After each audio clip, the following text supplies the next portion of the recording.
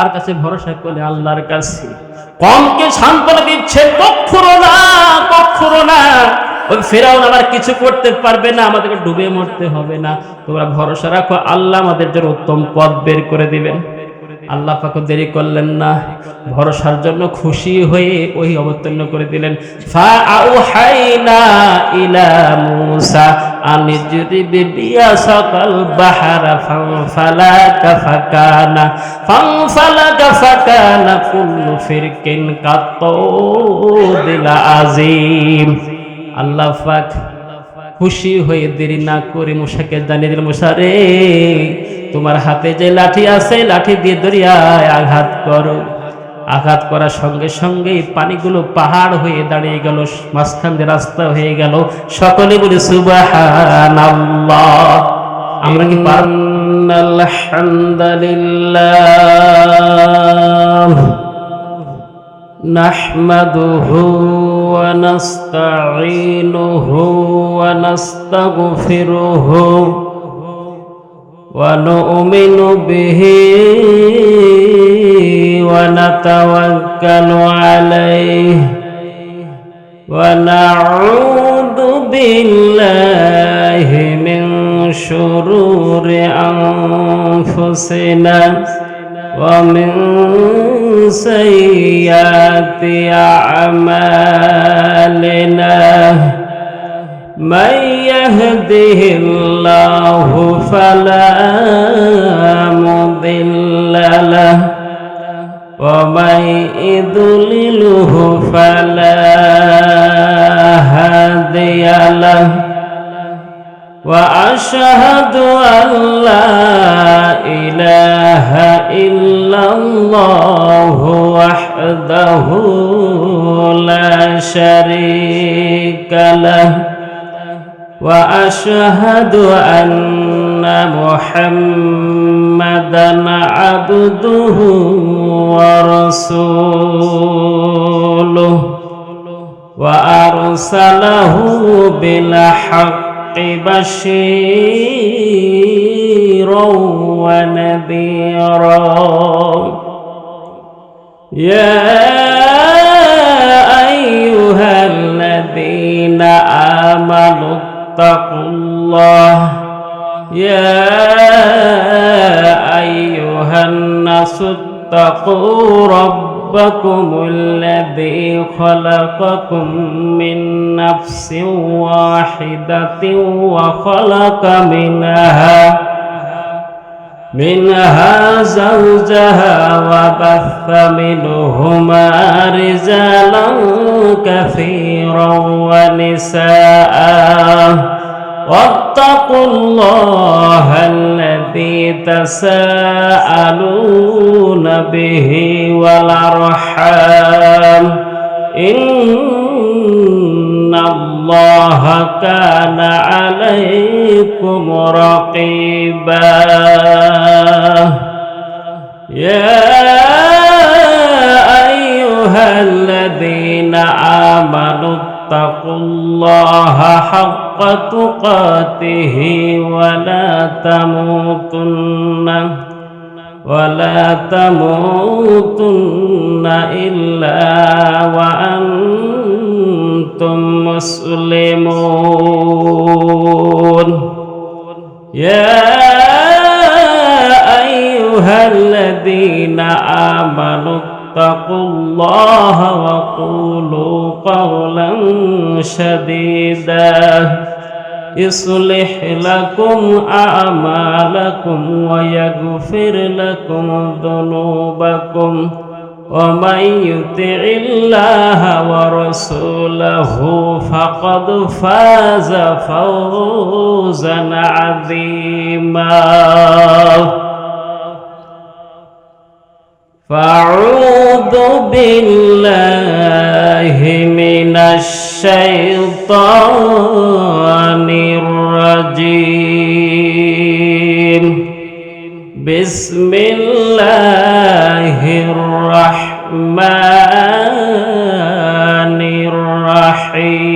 الرحيم إنما المؤمنون الذين إذا ذكر الله وجلت قلوبهم وإذا تليت عليهم آياته زادتهم إيمانا وعلى ربهم يتوكلون وقال الله تعالى في شان حبيبه إن الله وملائكته ويصلون على النبي يا أيها الذين آمنوا صلوا عليه وسلموا تسليما আমরা সবাই দরুদ ইব্রাহিম পড়ি اللهم صل على محمد وعلى آل محمد كما صليت على إبراهيم وعلى آل إبراهيم إنك حميد مجيد اللهم بارك على محمد وعلى آل محمد كما باركت على إبراهيم وعلى آل إبراهيم إنك حميد مجيد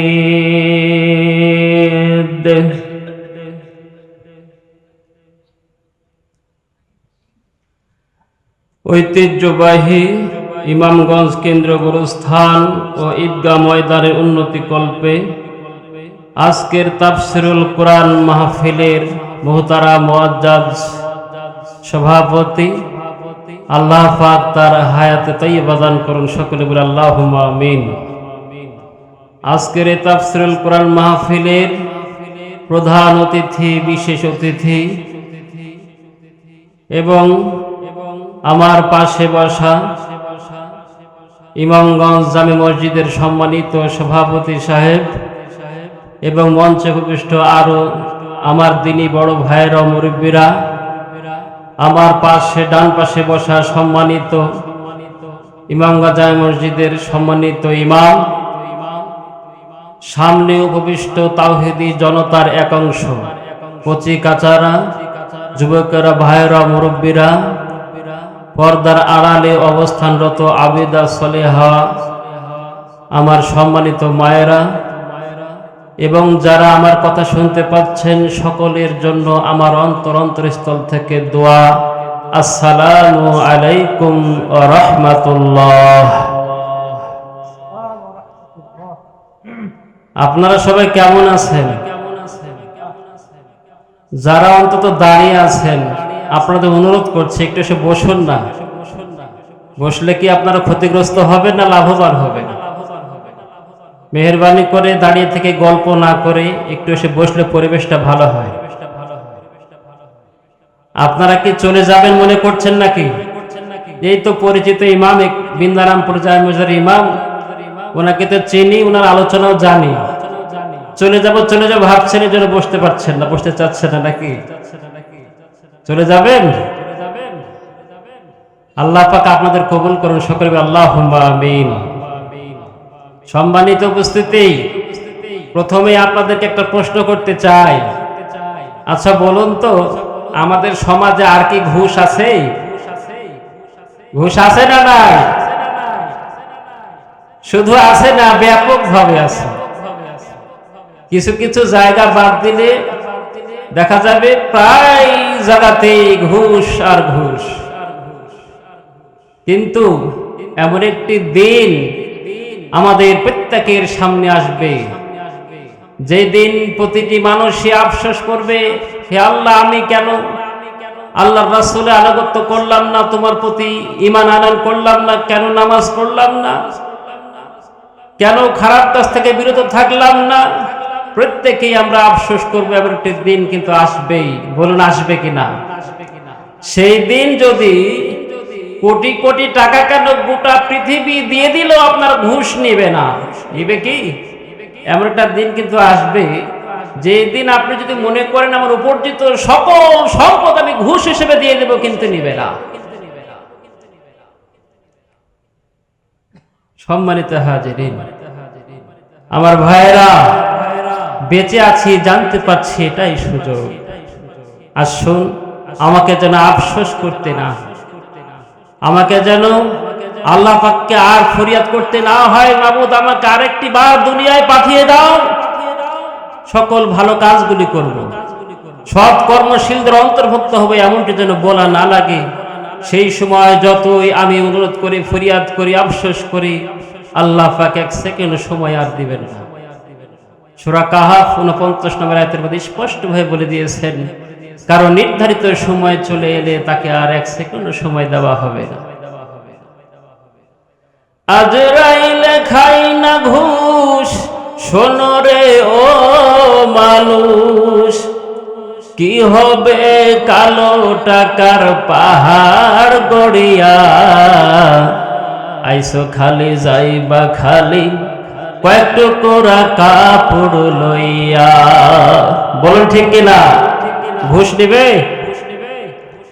আজরাইলে খাই না ঘুষ, শোনো রে ও মানুষ, কি হবে কালো টাকার পাহাড় গড়িয়া, আইসো খালি যাইবা খালি কয়েক টুকরা কাপড় লইয়া। অর্থ সম্পদ ব্যাংক ব্যালেন্সের মিছে করো বড়াই, আজ মরিলে কালকে দুদিন, মিছে ভবের লড়াই রে, মিছে ভবের লড়াই। অর্থ সম্পদ ব্যাংক ব্যালেন্সের মিছে করো বড়াই, আজ মরিলে কালকে দুদিন, মিছে ভবের লড়াই। নাম খ্যাতি সম্পদের পাহাড় যাবে না সঙ্গে তোমার, নাম খ্যাতি সম্পদের পাহাড় যাইবে না সঙ্গে তোমার, থাকবে পড়িয়া, আইসো খালি যাইবা খালি কয়েক টুকরা কাপড় লইয়া। দেহ থেকে প্রাণ পাখিটা গেলে রে মন উড়ে, আপন পরের হিসাব নিবে একটা একটা করে রে, একটা একটা করে। দেহ থেকে প্রাণ পাখিটা গেলে রে মন উড়ে, আপন পরের হিসাব নেবে একটা একটা করে। কাঁদবে দুদিন সুজন সজন, তোমারে কইরা দাফন, কাঁদবে দুদিন সুজন সজন, তোমারে কইরা দাফন, যাবে ভুলিয়া, আইসো খালি যাইবা খালি কয়েক টুকরা কাপড় লইয়া, হে আইসো খালি যাইবা খালি কয়েক টুকরা কাপড় লইয়া। হালাল হারাম বাসনা মন পাইয়া বাহাদুরি, রং তামাশাই মত সদাই, মিছে জমিদারি রে, মিছে জমিদারি। হালাল হারাম বাসনা মন পাইয়া বাহাদুরি, রং তামাশাই মত সদাই, মিছে জমিদারি। চিরদিন না তাহার রবে, ধর্ম কর্মের হিসাব হইবে, চিরদিন না তাহার রবে, ধর্ম কর্মের হিসাব হইবে। চলো ভাবিয়া, আইসো খালি যাইবা খালি কয়েক টুকরা কাপড় লইয়া। আইসো খালি যাইবা খালি কয়েক টুকরা কাপড় লইয়া। বলুন ঠিক কিনা? তাই বেঁচে আছে জানতে পারছি, এটাই সুযোগ। আসুন আমাদের জীবনগুলো সুন্দর করে কোরআন হাদিস ভিত্তিক সাজিয়ে নেই। শুকরিয়া আদায় করছি সেই মহান প্রতিপালকের দরবারে, যার অশেষ মেহেরবানিতে আসমানের নিচে এবং জমিনের উপরে সর্বশ্রেষ্ঠ স্থানগুলির মধ্যে হতে আজকের এই দিনই সভার আয়োজন, যেখানে আমরা সকল প্রকার ব্যস্ততা হতে অবসর গ্রহণ করে যথাসময়ে এসে উপস্থিত হতে পেরেছি, তাই সকলেই পড়ছি আলহামদুলিল্লাহ। দুরূদ ও সালাম বর্ষিত হোক আমাদের প্রিয় নবী, সর্বশেষ ও সর্বশ্রেষ্ঠ নবীর প্রতি, যার অক্লান্ত মেহনতের বদলতে, পরিশ্রমের বদলতে আল্লাহর নিকটে মনোনীত আমাদের জন্য সর্বশ্রেষ্ঠ ইসলামকে পরিপূর্ণ উপহার হিসেবে পেয়েছি। সকলেই পড়ি সাল্লাল্লাহু আলাইহি ওয়াসাল্লাম। বিশেষ করে আমি দোয়া করছি তাদের জন্য যারা আজকের এই দিনী সভার আয়োজন নিজের শ্রম দিয়ে, মেধা দিয়ে, অর্থ দিয়ে সুন্দর এই দিনী সভার আয়োজন করেছেন। আল্লাহ পাক তাদের জীবনগুলোকে বরকত দিয়ে, রহমত দিয়ে পরিপূর্ণ করে দিন। সকলে বলি আল্লাহুম্মা আমিন।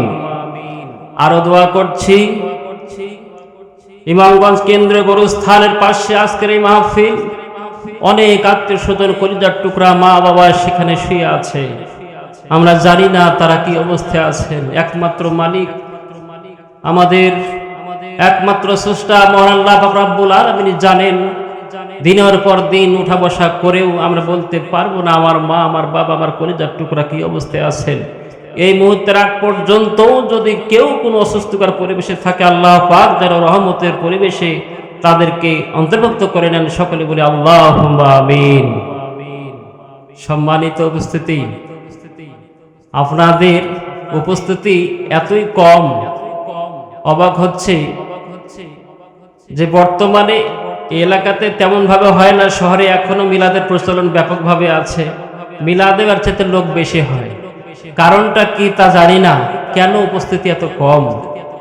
যারা এখনো আশেপাশে চায়ের আড্ডায় গল্প করছেন, বসে আছেন, দাঁড়িয়ে আছেন, অযথাই সময় কাটাচ্ছেন, অনুরোধ করছি আমাদের সম্মানিত প্রধান মেহমান হাফেজ কারি মাওলানা আবুল কালাম আজাদ যথাসময়ে উপস্থিত হয়ে যাবেন। তিনি একজন অনেক জ্ঞানের অধিকারী, সুন্দর করে কথা বলতে পারেন, উপদেশ দিতে পারেন, ওয়াজ করতে পারেন।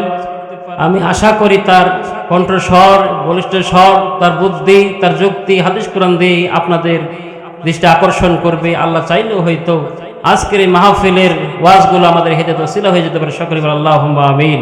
তাই অনুরোধ করছি, এখন যা আছে অবশ্যই আপনারা প্রধান মেহমানকে অপমান করবেন না। অনুরোধ করছি প্রধান মেহমানের আসার আগেই আপনারা এসে এই প্যান্ডেলটা পরিপূর্ণ করবেন, এই অনুরোধ আপনাদের কাছে থাকলো। সম্মানিত উপস্থিতি, আল্লাহ পাক বলেন আউযু বিল্লাহি মিনাশ শাইতানির রাজিম বিসমিল্লাহির রাহমানির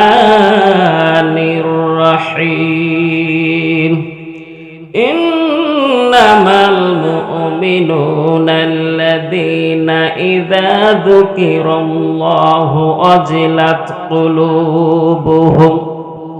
আল্লাহ পাক এই আয়াতের প্রথম অংশে মুমিনদের বৈশিষ্ট্য সম্পর্কে বলেন, ও আমার বান্দারে, মুমিনের বৈশিষ্ট্য হলো আল্লাহর নাম তার কর্ণকুহরে প্রবেশ করলেই, আল্লাহর নামটা শুনলেই তার অন্তরটা প্রকম্পিত হতে থাকে, কাঁপতে থাকে। এটা কার বৈশিষ্ট্য? মুমিনের। এটা কার বৈশিষ্ট্য? মুমিনের বৈশিষ্ট্য। সে যদি মুমিন হয়, আল্লাহর প্রতি শতভাগ বিশ্বাসী হয়, আল্লাহর নাম শুনলেই তার অন্তরটা প্রকম্পিত হতে থাকে। আমি যে অবস্থাতে অবস্থান করছি, এই অবস্থা মৃত্যু হলে আমি নাজাত পাবো নাকি আমার চার্জশিট হয়ে যাবে?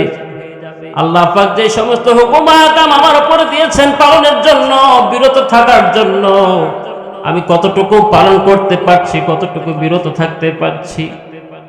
তাই আল্লাহর নাম শুনলেই কাঁপতে থাকি। অবস্থায় আমার মৃত্যু হলে আমি নাজাত পাবো নাকি আমার চার্জশিট হয়ে যাবে, আমি ধরা পড়ে যাব। আমার জন্য জাহান্নামের পরিবেশ নাকি ওয়াজিব হয়ে যায়।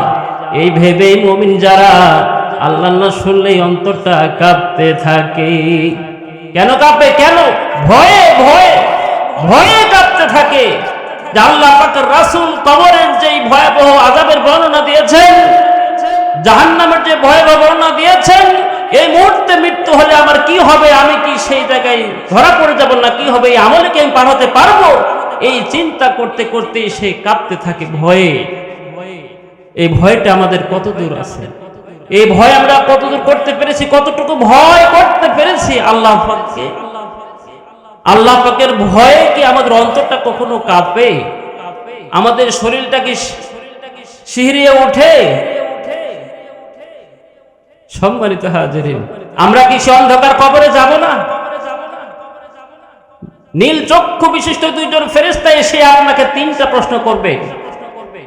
উত্তর দিতে পারলে আপনার জন্য জান্নাতের পরিবেশ, উত্তর না দিতে পারলেই হাতুড়ি দিয়ে পিটানো শুরু করা হবে।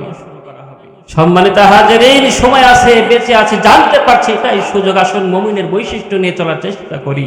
তাহলে আল্লাহ পাক রব্বুল আলামিন সূরা আনফালের 2 নম্বর আয়াতের প্রথম অংশেই বলছেন, মুমিনের বৈশিষ্ট্য হলো আল্লাহর নাম তার কর্ণকুহরে প্রবেশ করলেই, আল্লাহর নাম শুনলেই তার অন্তরটা প্রকম্পিত হতে থাকে, কাঁপতে থাকে।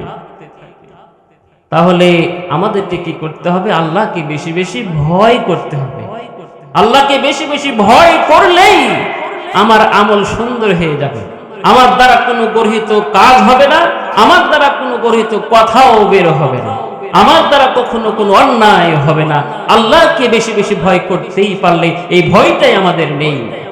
শয়তান এমন ভাবে প্রাধান্য দিয়ে বসেছে, এমন ভাবে আমাদেরকে গ্রাস করে ফেলেছে, আমরা অনেকেই মনে করি এখন অনেক সময় আছে, এখন তো যুবক, বয়স তো কেবল 30, 40, 45, 50-এর মধ্যেই আছে, এখন অনেক দিন আমি বাঁচবো পৃথিবীতে, পরবর্তীতে সময়ের ব্যবধানে একটু পরে আমি নিজেকে শোধন করে নেব। কিন্তু এমন সুযোগ হবে না, এমন সুযোগ হবে না। সম্মানিত হাজিরিন, তাই আল্লাহকে বেশি বেশি ভয় করতে হবে।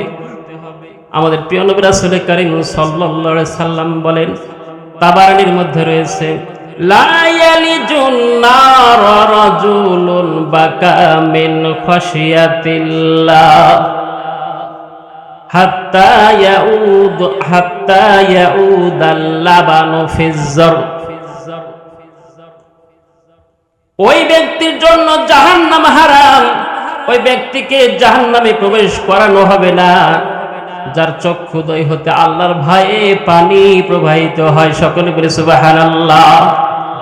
আল্লাহর ভয়ে যার চক্ষু হতে পানি প্রবাহিত হয়, ওই ব্যক্তি কখনো জাহান্নামে যাবে না।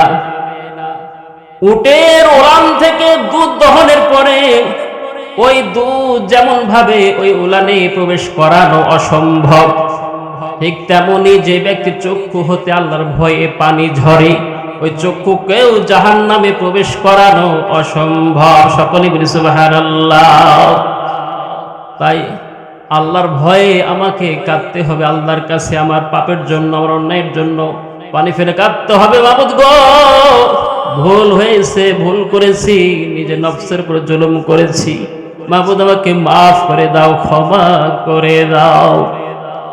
আমাদের প্রিয় নবী আবারও বলেন, মুসলিম শরীফের মধ্যে রয়েছে, আইনানি লাতামাসসুহুমান নারু আইনুন বাকাত মিন খাশিয়াতিল্লাহ ওয়া আইনুন বাতাতু ফি তাহরুসু ফি সাবিলিল্লাহ।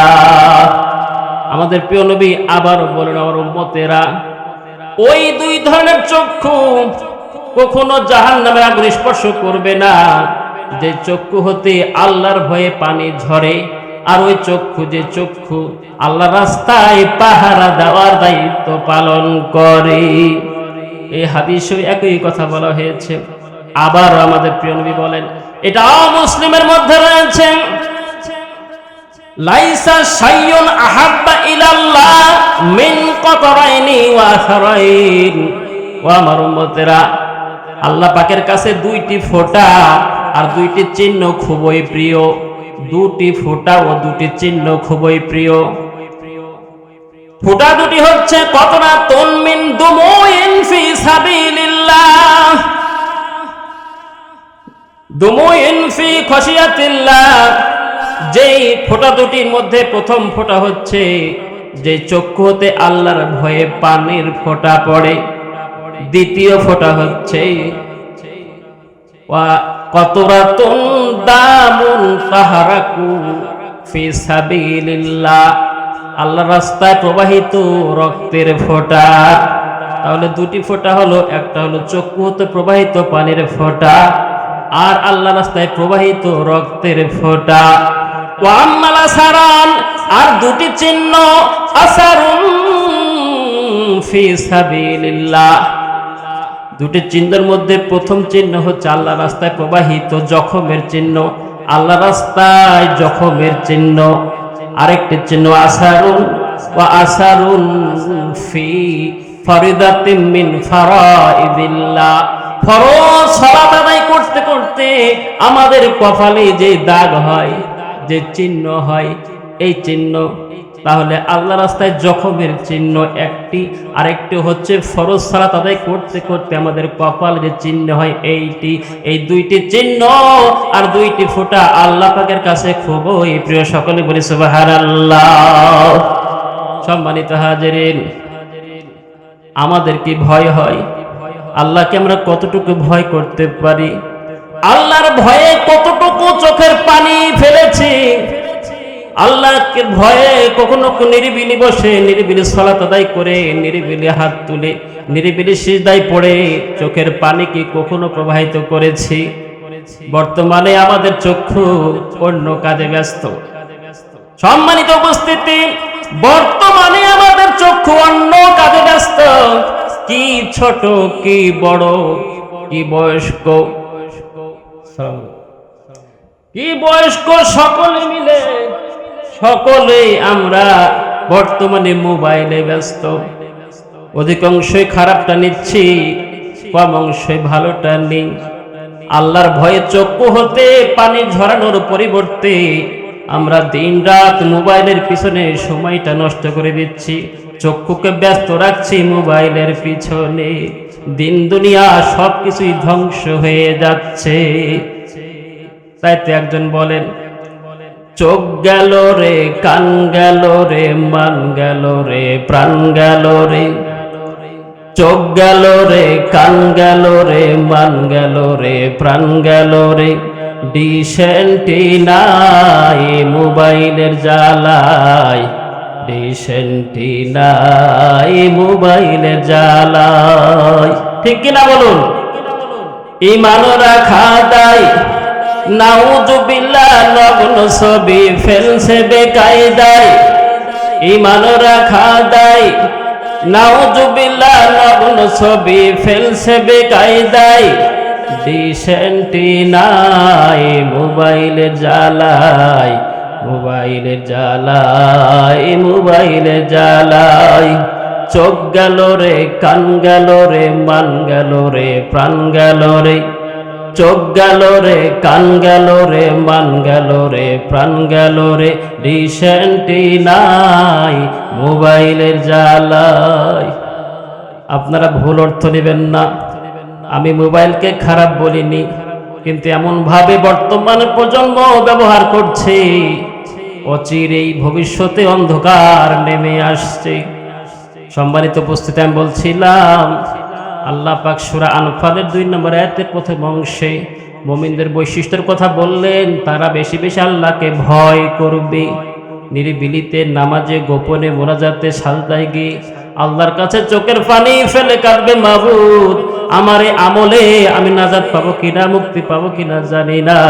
তুমি যদি দয়া না করো, আমার প্রতি মায়া না করো, আমার জাহান্নাম থেকে বাঁচার উপায় নাই।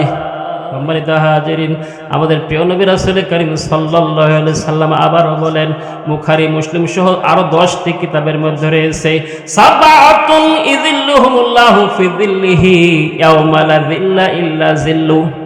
কাল কিয়ামতের দিন, মুসিবতের সময়, যখন সূর্যটা একেবারে আপনার থেকে পার্থক্য থাকবে, ব্যবধান থাকবে মাত্র 1 কিলো, মাত্র 1 কিলো ব্যবধান থাকবে, অথবা 2 কিলো, এতটা কাছে চলে আসবে।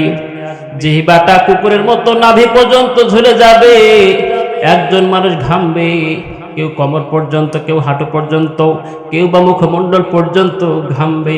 বলা হয়েছে একজন মানুষের ঘাম 140 হাত পর্যন্ত প্রসারিত হবে। সকলে বলি সুবহানাল্লাহ।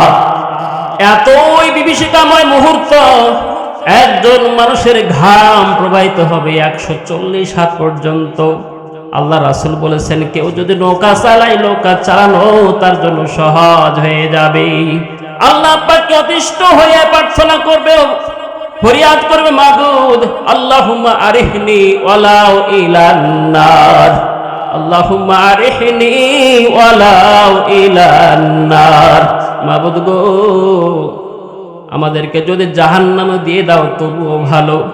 এই আবহাওয়া থেকে, পরিবেশ থেকে, বিভীষিকাময় মুহূর্ত থেকে আমাদের রক্ষা করো। চিন্তা করুন কতটা কষ্টের মুহূর্ত, যে সময় বাঁচার জন্য জাহান্নাম পর্যন্ত কামনা করবে। সম্মানিত হাজিরিন, এই মুহূর্তে, যেই মুহূর্তে মানুষ অতিষ্ঠ হয়ে জাহান্নাম পর্যন্ত কামনা করবে, এই মুহূর্তে 7 শ্রেণীর মানুষকে আরশের ছায়ার নিচে জায়গা দেবেন। এই 7 শ্রেণীর মানুষের মধ্যে 7 নাম্বার যাদেরকে আরশের ছায়ার নিচে জায়গা দিবেন, 7 নাম্বার যাদেরকে আরশের ছায়ার জায়গা দিবেন, তারা হলো ওয়ারাজুলুন যাকারাল্লাহু খালিয়ান ফাফাদাত আয়না। ওই ব্যক্তিদেরকে আরশের ছায়ার নিচে জায়গা দিবেন যারা নিরিবিলিতে গোপনে চোখের পানি ফেলে আল্লাহর কাছে ফরিয়াদ করে। সকলে বলি সুবহানাল্লাহ। তাহলে এটা 7 নাম্বার শ্রেণীর কথা বললাম। 6 নাম্বার আমার আলোচনা অন্যদিকে, তাই আমি সেই দিকে বলছি না। 7 নাম্বার বলছেন আল্লাহ পাকের হাবিব, 7 নাম্বারে যাদেরকে আরশের ছায়ার নিচে জায়গা দিবেন তারা হচ্ছে যারা নিরিবিলি গোপনে চোখের পানি ফেলে আল্লাহর কাছে কাঁদে। তাহলে এই হাদিসের প্রমাণ হলো মুমিনের বৈশিষ্ট্য হলো আল্লাহকে ভয় করে। আল্লাহ রাসূল আমার একটা হাদিস বলছেন, হাদিসটি রয়েছে বুখারীর মধ্যে। এক ব্যক্তি মৃত্যুকালে তার সন্তানদেরকে ওসিয়ত করে গেছেন, ও বাবা রে, আমি যখন মারা যাব আমাকে পুড়িয়ে ছাই করে অর্ধেক জলে অর্ধেক স্থলে ফেলে দেবে।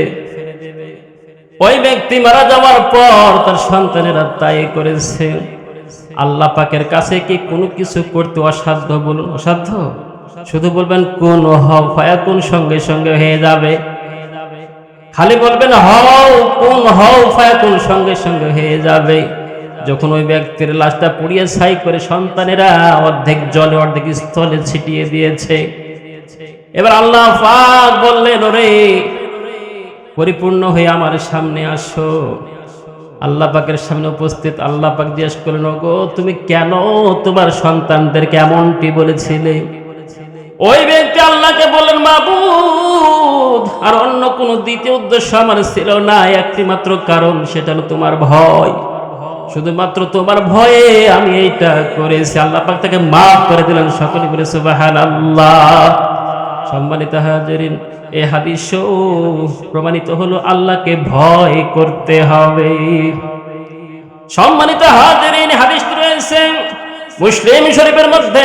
মাআজ বিন মালিক একদা ভুল ক্রমে জিনা করে ফেলেছে। আল্লাহ রাসূলের কাছে এসে বলছে, রাসূলুল্লাহ আমাকে পবিত্র করুন, আমাকে পবিত্র করুন। আল্লাহ রাসূল বলেন, ধিক তোমাকে, তুমি দূরে যাও, তুমি চলে যাও। এইভাবে কয়েকবার আসা যাওয়া, চতুর্থবার আল্লাহ রাসূল বললেন, ওগো সাহাবীরা দেখো তো এই লোকটা কি পাগল? সাহাবীরা বললেন, ইয়া রাসূলুল্লাহ না, এই লোকটা পাগল নয়। আল্লাহ রাসূল বলেন, দেখো তো লোকটা নেশা করেছে নাকি? সাহাবীরা বললেন, ইয়া রাসূলুল্লাহ না, এই লোকটা নেশা করেনি। এরপরে আল্লাহ পাকের হাবিব ওই ব্যক্তিকে মাআজ বিন মালিককে রজম করে হত্যার নির্দেশ দিলেন। তাকে রজম করে হত্যা করা হলো। কয়েকদিন পরে আল্লাহর রাসূল সাহাবীদের সামনে উপস্থিত হয়ে বলছেন, ওগো সাহাবীরা, মাআজ বিন মালিক এমন ভাবে তওবা করেছে, যদি তার সমস্ত উম্মতের মধ্যে বন্টন করে দেওয়া হয় তাহলে যথেষ্ট হয়ে যাবে। সকলে বলি সুবহানাল্লাহ। সম্মানিত হাজিরিন, ভুল হতে পারে।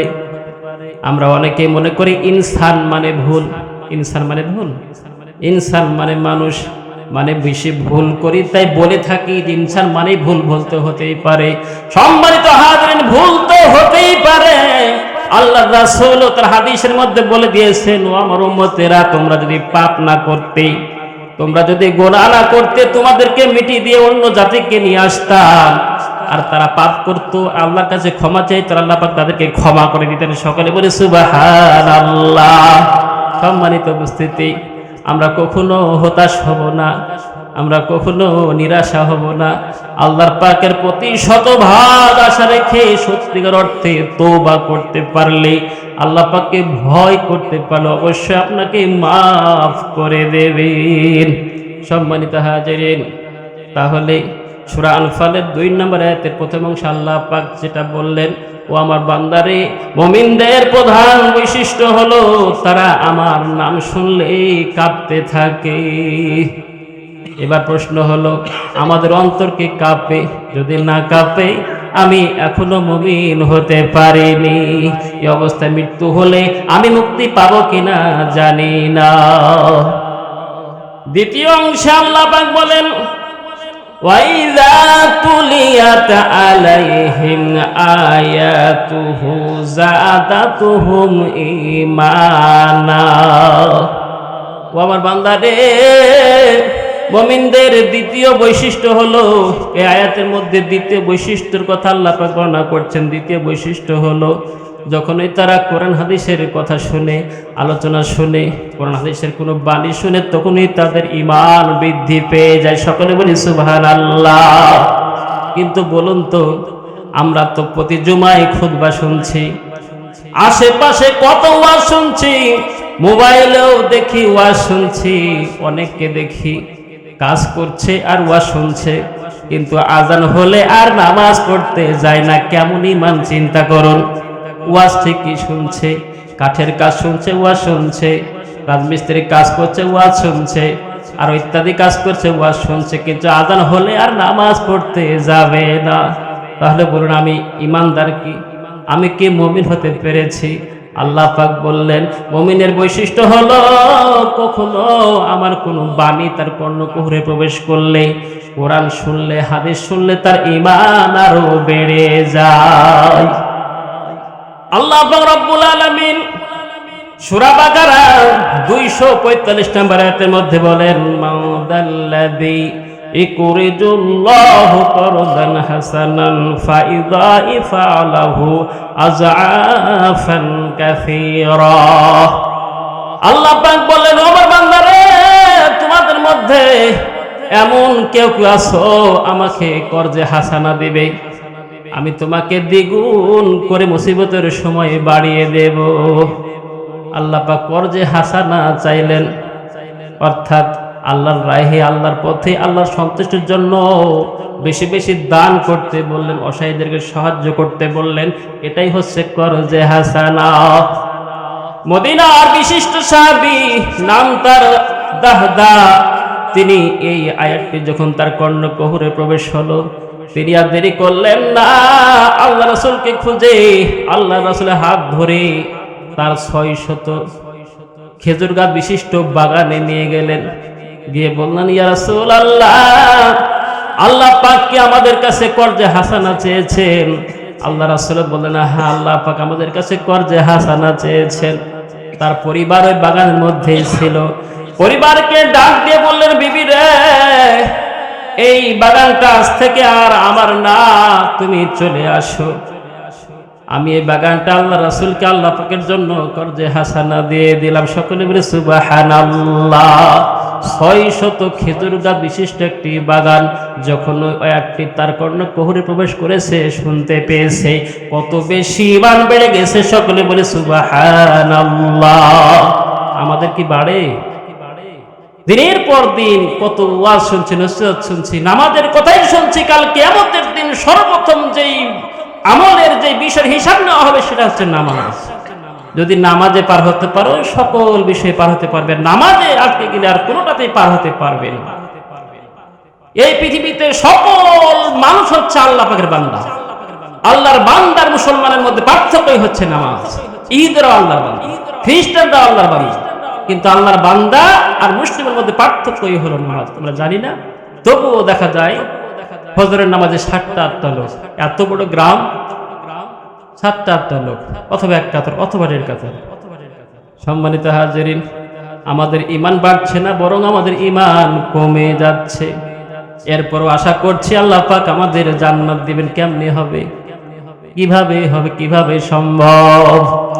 সম্মানিত হাজিরিন, আমাদের অবস্থাটা কেমন দেখুন। আবু দাহাদা 600 খেজুর গাছ বিশিষ্ট বাগান দান করে দিলেন।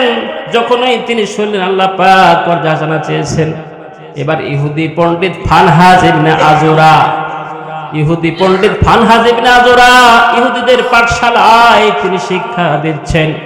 পাশ দিয়ে আবু বকর রাদিয়াল্লাহু তাআলা আনহু যাচ্ছেন। আবু বকর রাদিয়াল্লাহু তাআলা ডেকে বললেন, ও আবু বকর, তুমি আমার কাছে আসো, তোমার আল্লাহ আমাদের কাছে কর্জা হাসানা চেয়েছে। তাহলে নিশ্চয় তোমার আল্লাহ ফকির, আমরা ধনী। সকলে বলি নাউজুবিল্লাহ। আমাদের ঈমান এখন এমন হয়ে গেছে।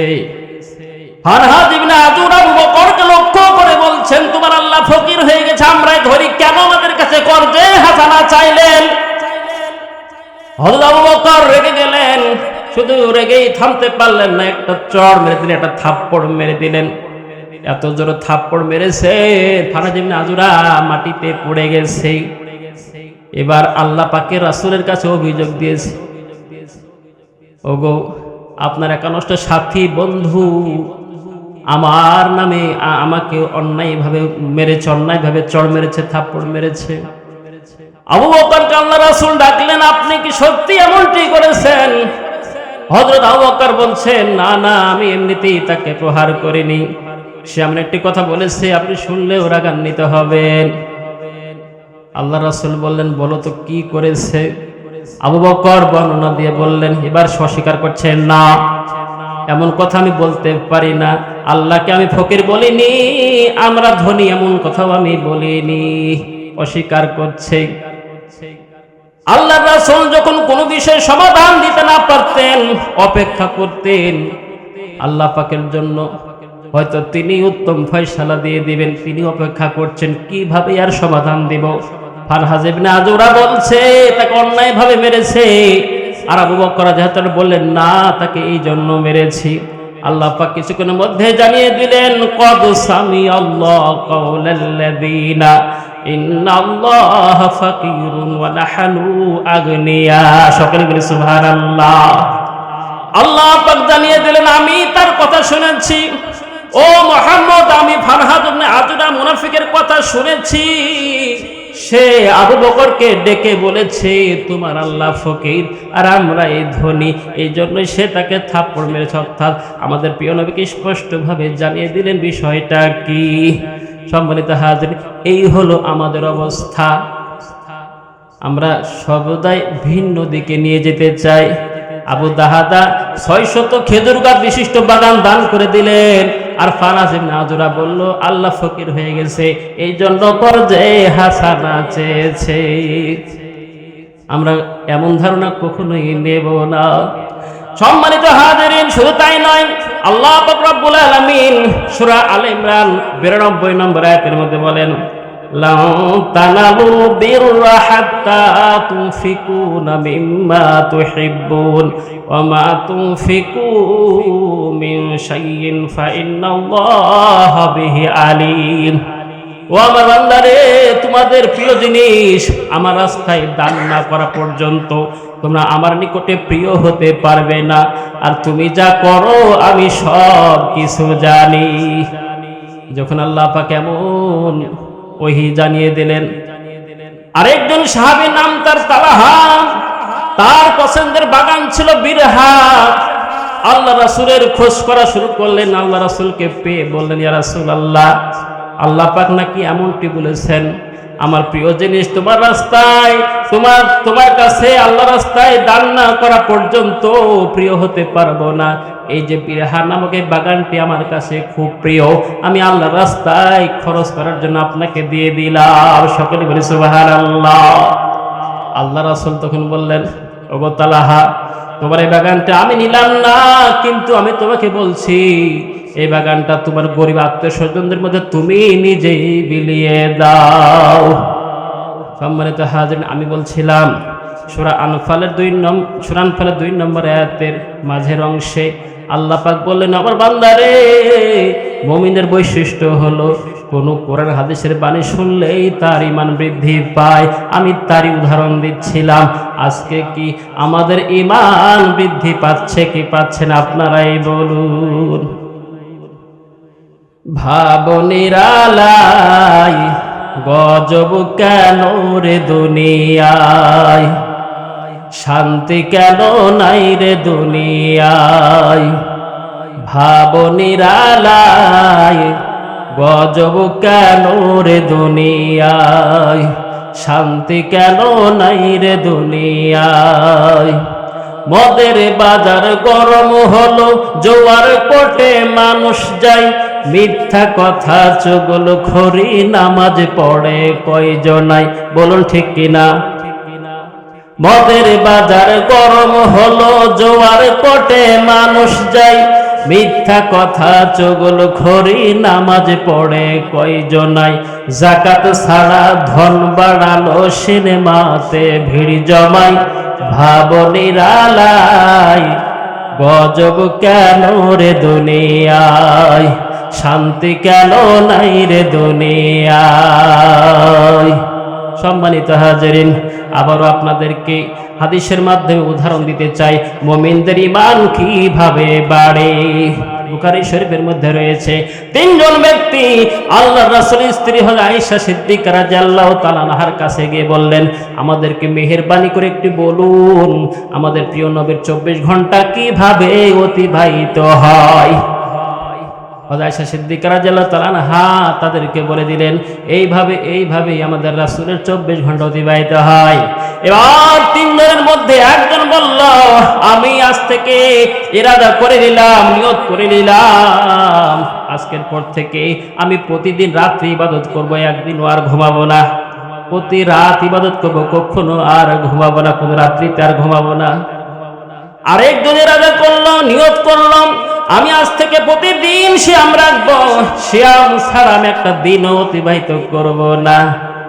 আরেকজন ব্যক্তি সে এবার নিয়ত বেঁধে নিল, আমি তো বিয়ে করিনি, ভবিষ্যতে আর বিয়ে আমি করব না। সম্মানিত হাজিরিন, চিন্তা করুন, আল্লাহ রাসূলের জীবনী শুনে, আল্লাহ রাসূলের সময় কাটানোর বর্ণনা শুনে 3 জন ব্যক্তি 3 ধরনের নিয়ত করলেন। আজ থেকে আমি প্রতি রাত জেগে জেগে ইবাদত করব। আরেকজন বলল, আমি প্রতিদিন সিয়াম রাখবো। আরেকজন বলেন, আমি আর কোনো মেয়ের সংস্পর্শ অর্থাৎ বিয়ে করব না। চিন্তা করুন তাদের ঈমানটা কত বেশি বেড়ে যায় বা বেড়ে গেছে। এবার আল্লাহ রাসূল যখন শুনলেন, ও সাহাবীরা, তোমরা কি এমন নিয়ত করেছো? তোমরা এই 3 জন তোমরা কি এমন নিয়ত করেছো? আল্লাহ রাসূলকে বললেন, হ্যাঁ, আপনার আগের পরের সমস্ত গুনাহ খাতাকে মাফ করে দেওয়া হয়েছে। আপনি শুধু আমাদেরই নেতা নয়, বরং সকল নবীর নেতা। সুপারিশের অধিকার শুধুমাত্র আপনার হাতেই থাকবে। কোন নবী আল্লাহর কাছে সুপারিশ করার সাহস পাবে না, আপনি সুপারিশ করবেন। এত মর্যাদা আপনার, তারপরে যদি আপনি এত ইবাদত করেন তাহলে আমাদের ব্যাপারটা কি হবে? তাই আমরা নিয়ত করেছি এইভাবে বাকি জীবন কাটিয়ে দেব। আল্লাহ রাসূল তখন বলেন, ও সাহাবীরা রে, তোমরাই বলছো তোমাদের চাইতে আমি উত্তম, তাহলে আমি কি রাত্রে ঘুমাই না, ইবাদত করি আবার ঘুমাই, আমি কি ঘুমাই না? তারা বলছে, হ্যাঁ আপনি ঘুমান। এবার বলছে, বলো তো আমি কি প্রতিদিন সিয়াম রাখি নাকি সিয়াম মাঝে মাঝে রাখি? তারা স্বীকার করলো, হ্যাঁ মাঝে মাঝে রাখেন। এবার বললো, বলো তো আমি কি বিয়ে করিনি? বললো, হ্যাঁ করেছি। আমার আনুগত্য করাই হচ্ছে আমাকে ভালোবাসা। আমি যেইভাবে চলি, যেইভাবে বলি, এইভাবে চললে বললেই আমাকে সবচাইতে বেশি ভালোবাসা হবে। তোমরা ভুল করে এমনটি করবে না। সম্মানিত হাজিরিন, কিভাবে সাহাবীদের ঈমান বৃদ্ধি পেত? আজকে আমরা কোথায় কোথায় বলুন? যারা আজকের এই দিনী মাহফিলে এসেছে, প্রত্যেকেই আমরা এক একজন মুফতি। জানি না এমন বিষয় হয়তো আমাদের কাছে নাই, সব আমরা জানি, তবু আমরা কেন এই ধোঁকাময় দুনিয়া নিয়েই ব্যস্ত আছি? আল্লাহ রাসূল বলেছেন তোমরা দুনিয়াদারি করো, দুনিয়াদারি করতে নিষেধ করেননি। তোমরা দুনিয়াদারি করো কিন্তু আখিরাত যেন ক্ষতিগ্রস্ত না হয়, আখিরাতকে ঠিক রেখে তোমরা দুনিয়াদারি করো। সম্মানিত হাজিরিন, হযরত ওমর রাদিয়াল্লাহু তাআলা একদা আমাদের নবীর সঙ্গে প্রয়োজনে সাক্ষাতের জন্য গেলেন। সালাম দিলেন, সালাম বিনিময় হলো। আল্লাহ রাসূল হিলানা দিয়েছিলেন, এমন একটি জায়গায় হিলানা দিয়েছিলেন, অথবা শোয়ার কথা বলা হয়েছে শুয়েছিলেন, যার কারণে এমন একটি জায়গা পিঠে দাগ লেগেছে। হযরত ওমর রাদিয়াল্লাহু তাআলা দেখে বলে, ইয়া রাসূলুল্লাহ, এই দুনিয়াতে কত মানুষ কত ভাবে আরাম করছে, কত আরামে জীবন কাটাচ্ছে, আপনি মেহেরবানি করে আমাকে একটু আদেশ করুন, আপনার জন্য একটা নরম বিছানা বানিয়ে দিই। আল্লাহ রাসূল তখন বলেন, ওগো ওমর, আমি যদি আল্লাহকে উহুদ পাহাড়কে আমার জন্য সোনা করে দিতে বলি, আল্লাহ পাক আমার জন্য সোনা করে দিবেন। সকলে বলে সুবহানাল্লাহ। কিন্তু এই দুনিয়া আমি চাই না, আমি চাই আখিরাত। তাই আল্লাহ পাকের হাবিব স্মরণ করে দিচ্ছেন, আমার উম্মতেরা সন্ধ্যায় উপনীত হলেই সকালের জন্য আর অপেক্ষা করো না, সকালে উপনীত হলে সন্ধ্যার জন্য আর অপেক্ষা করো না। তুমি মনে করবে দুনিয়ায় তুমি একজন মুসাফির। ভালো করে বুঝে নাও, শুনে নাও, আখিরাতের স্থায়ী সুখ পেতে হলে, আখিরাতের স্থায়ী সুখ পেতে হলে ইহকালীন অস্থায়ী সুখকে ত্যাগ করতে হবে। সম্মানিত হাজিরিন, আমি আলোচনা করছিলাম, আপনাদের সামনে বলছিলাম সূরা আনফালের 2 নম্বর আয়াত, প্রথম অংশে ঈমানের বৈশিষ্ট্য বললেন, আমাদেরকে বেশি বেশি আল্লাহকে ভয় করতে হবে। 2 নম্বর অংশে বললেন ঈমানদার হলে অবশ্যই তার ঈমান শুধু বৃদ্ধি পাবে। 3 নম্বরে বললেন ওয়া আলা রাব্বিহিম ইয়াতাওয়াক্কালুন।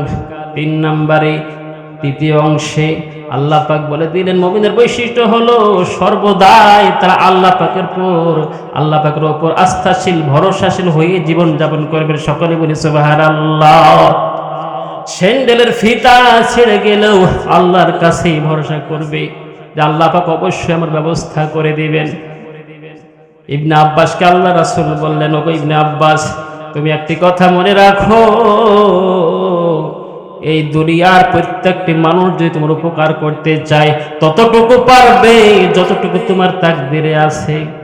ও ইবনাস, তুমি এটাও মনে রাখো, এই দুনিয়ার সকল মানুষ যদি তোমার ক্ষতি করতে চায় ততটুকু পারবে যতটুকু তোমার তাকদীরে আছে।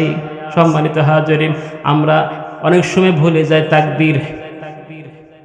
তাকদীর ভুলে যে অতিষ্ঠ হয়ে, অসহ্য হয়ে, অস্থির ভাব করে প্রাণ পর্যন্ত আমরা দিয়ে দিই, আত্মহত্যা পর্যন্ত আমরা করি, তাকদীরকে মানতে চায় না। আল্লাহ রাসূল বললেন, শতভাগ চেষ্টা করার পরও যদি তুমি সাফল্য না পাও, বুঝে নিবে এটা তোমার তাকদীরে নাই।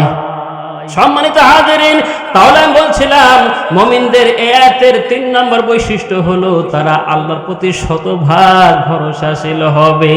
আল্লাহ রাসূল বললেন, ইন্নাকুম কুনতুম তাওয়াক্কালুনা আলাল্লাহ হাক্কা তাওয়াক্কুলিহি কামালা ইন্নাকুম কুনতুম তাওয়াক্কালুনা আলাল্লাহি হাক্কা তাওয়াক্কুলিহি লারযিকতুম কামা ইরযাকুত তায়রু তাগদু খিমাসান ওয়া তারুহু বিতানা। আমাদের প্রিয় নবী বলেন, আল্লাহ পাক বলেছেন, ও আমার বান্দারে, তোমরা যদি সত্যিকার অর্থে আমার উপর ভরসা করতে পারো তাহলে আমি তোমাকে ওইভাবে রিজিক দিব যেভাবে আমি পাখিদেরকে রিজিক দিয়ে থাকি। সকালবেলায় খালি পেটে বের হয়, কি বলেন, বের হয় না? প্রত্যেকটি পাখি সকালবেলায় খালি পেটে বের হয়, কিন্তু দেখবেন সন্ধ্যার সময় পূর্ণ পেটে ফিরে আসে। আল্লাহ পাক তাই বলে দিলেন, ও আমার বান্দারে, তোমরা যদি সত্যিকার অর্থে আমার প্রতি ভরসা করতে পারো আমি তোমাদেরকে ওই পাখিগুলোর মতোই রিজিক দিয়ে দিব। সকলে বলি সুবহানাল্লাহ। সম্মানিত হাজিরিন, ভরসা সম্পর্কে একটু উদাহরণ দিতেই হয়। আপনারা জানেন বিখ্যাত কাফের ফেরাউন মুসা আলাইহিস সালামকে ধাওয়া করলেন। মুসা আলাইহিস সালামকে পেলে পুছে মারবে, পিষে মারবে। মুসা আলাইহিস সালাম আল্লাহ পাকের নির্দেশে আল্লাহর পক্ষ থেকে ওহী প্রাপ্ত হয়ে তার আনুগত্য বান্দাদেরকে নিয়ে, তার আনুগত্য কমদেরকে নিয়ে রওনা দিলেন হিজরত করার জন্য। ফেরাউনের কাছে খবর চলে আসলো, ফেরাউন তার বাহিনী নিয়ে পিছনে ধাওয়া করেছে। মুসা আলাইহিস সালামকে পেলেই তাকে পিষে মারবে। সামনে লোহিত সাগর কিভাবে পার হবে? পিছনে ফেরাউন তার বাহিনী ধা ধা করে দৌড়ে আসছে, হই হই করে দৌড়ে আসছে, ধরতে পারলে পিষে মারবে। মুসা আলাইহিস সালামের সঙ্গে কিছু দুর্বল ঈমানেরও লোক ছিল। তারা বলল, ওগো আল্লাহর নবী, সামনে সাগর নদী, পিছনে বিখ্যাত কাফেররা দৌড়ে আসছে, আমরা এখন শেষ হয়ে যাব। এবার মুসা আলাইহিস সালাম আর অন্য কারো কাছে ভরসা করলেন না। সূরা শুআরার মধ্যে আছে, তিনি বললেন, ক্বালা কাল্লা ইন্না মাইয়া রাব্বি সায়াহদিন। ও আমার কমরে, তোমরা ভয় করো না, নিশ্চয় নিশ্চয় কখনো না, নিশ্চয় আমার আল্লাহ আমার জন্য একটা সহজ পথ বের করে দিবেন। সকলে বলি সুবহানাল্লাহ। সামনে নদী, ডুবে মরবে, পিছনে যেতে পারবে না, ফেরাউন দৌড়ে আসছে। কার কাছে প্রার্থনা, কার কাছে ভরসা করে? আল্লাহর কাছে। কমকে সান্ত্বনা দিচ্ছে, কখনো না, কখনো না, ওই ফেরাউন আবার কিছু করতে পারবে না, আমাদেরকে ডুবে মরতে হবে না, তোমরা ভরসা রাখো, আল্লাহ আমাদের জন্য উত্তম পথ বের করে দিবেন। আল্লাহ পাক দেরি করলেন না, ভরসার জন্য খুশি হয়ে ওই অবতীর্ণ করে দিলেন। ফাআউহাইনা ইলা মূসা আন ইজরিব বিয়াসাকাল বাহরা ফানফালাকা ফাকানা কুল্লু ফিরকিন কাত্তাউদিল আযীম। আল্লাহ পাক খুশি হয়ে দেরি না করে মুসাকে জানিয়ে দিলেন, মুসা রে, তোমার হাতে যে লাঠি আছে, লাঠি দিয়ে দরিয়ায় আঘাত করো। আঘাত করার সঙ্গে সঙ্গেই পানিগুলো পাহাড় হয়ে দাঁড়িয়ে গেল, মাঝখান দিয়ে রাস্তা হয়ে গেল। সকলে বলি সুবহানাল্লাহ। আমরা কি পারবো এমন ভরসা আল্লাহ পাকের প্রতি করতে?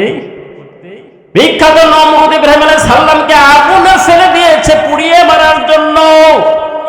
একজন ফেরেশতা এসে সাহায্যের জন্য বললে, ইব্রাহিম বলছেন, না, আমার কারো সাহায্যের দরকার নেই, হাসবুনাল্লাহ ওয়া নি'মাল ওয়াকিল, আল্লাহ আমার জন্য যথেষ্ট, আল্লাহ আমার জন্য উত্তম অভিভাবক।